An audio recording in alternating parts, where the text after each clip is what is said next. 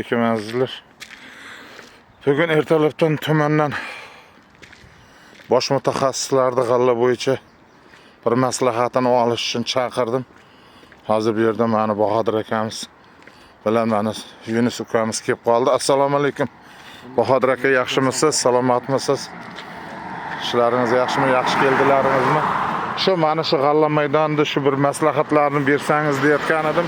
Hozir mana bu hamma ishlov berilgan. Shu mana o'qtin joylarda mana shu gandimak bosh ko'tarib qoldida, bug'doyni ustiga chiqib ketyapti. Shu bo'yicha bir maslahatlaringizni bersingiz degan edim. Nima qilsak bo'ladi? Hozir mana shunga 200 grammdanmidi gandimakka gektariga shunday sepilgan edi. Sepilganiga ham 18-martdamidi? Yo 26-damidi? Ha, 26. 26 bo'lishi kerak. 26-da. 26 sentyabr, 26 martda. Mart 26. Kunlar ham chalkashib ketaveraman, yozganim yo'q-da. Bo'murat degan ovqat. Ha, Bo'muratni ham sepdim-da. Shunga nima qilsak bo'ladi, Bahodir aka endi? Yunus! Ha, Yunus. Kelag'ay.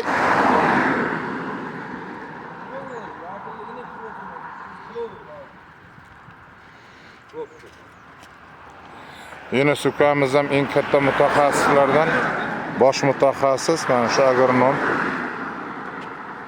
Mana shularga ham gandimakka, zangga, raygirazga, so'liga qarshi hammasiga ishlov berilgan. Ko'rib turgan mana shu yerda, mana shu o'qtin joylarda mana gandimak bosh ko'tarib qoldi-da, Yunus. Allah'ın bozib qoldi. Buni qo'l apparat yelka toqingdan bor joyini urib chiqing. Jo'rga hech ko'z urmang endi buni. Ana shu bor joyini urib chiqing. G'allani bo'z bo'lib qolganini qanday bilamiz? Tanasiga bitib qorni chiqib, jo'rsangiz boshqa kelyapti. Hozir pasit sentrni. Bahodir aka, boshaqlash boshlanib qoldimi? Ha, endi bosh tortadi O'zi tortadi endi. Endi mana shuni qo'l apparatda yoki bor yerga traktorni qayerga polosa qilgan chola joylarga Unday bo'lsa traktor qo'ymasdan birdan qo'l bilan tarliq apparat bilan qilsak bo'lar ekan agar. Uncha ko'p emas-ku. Ha.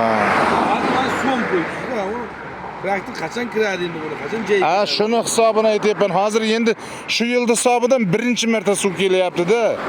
Birinchi marta suv qo'yyapmiz. Endi buni ichiga hozir traktor kiritaman desam 10 kun o'tib ketadi eng kamida. Qo'l apparat ma'qul.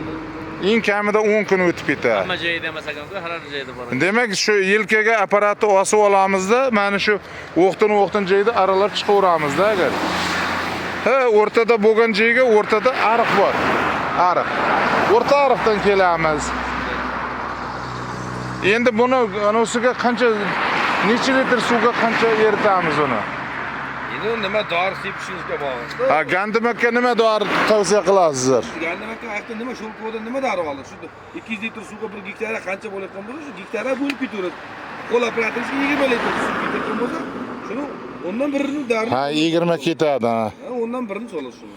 20 talik ham bor, 30 talik ham bor. Ha, 200 litr suvga masalan 200 grammlik dori bo'layotgan bo'lsa, 20 litr suvga 20 gramm solasiz. 20 gramm, ha. Endi u balki 200 qanaqa dori olib kelishingizga bog'liq-da sizda. Shunday.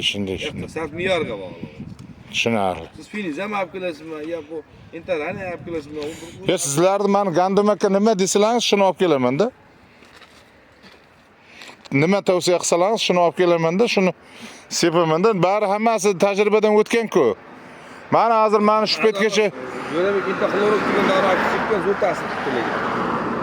Men hozir shu sizlar avvalgi tavsiyalaringiz bilan zo'r ta'sir qilgani shu o'qtin bunda ham ovqat yemay qolgan joy ta'sir qilma. Lodin degan preparat bor, 500-600 grammdan sevasan gandimakka. Nima edi? Lodin degan preparat. Lodin, ha? Mana. Ha, rahmat. Mana shu maslahatlaringiz kerak edi, shuning uchun chaqirdim. Shuni sepasalar keyin o'g'itni ber. Xudo xolasa o'g'itni bersang, aytilgan. Hozir bunga ham 200 kilodan o'g'it beraman deb turibman-da. Traktor aralashtirsam qanday bo'lar ekan? ingichka balon bo'lsa bo'ladi. Voh, ingichka topish mushkulda juda.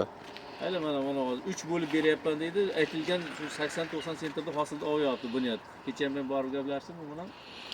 Bormikan unda shunaqa ingichka bola? bor. Unda so'rab ko'ramiz bir agar. Desang bo'ladi.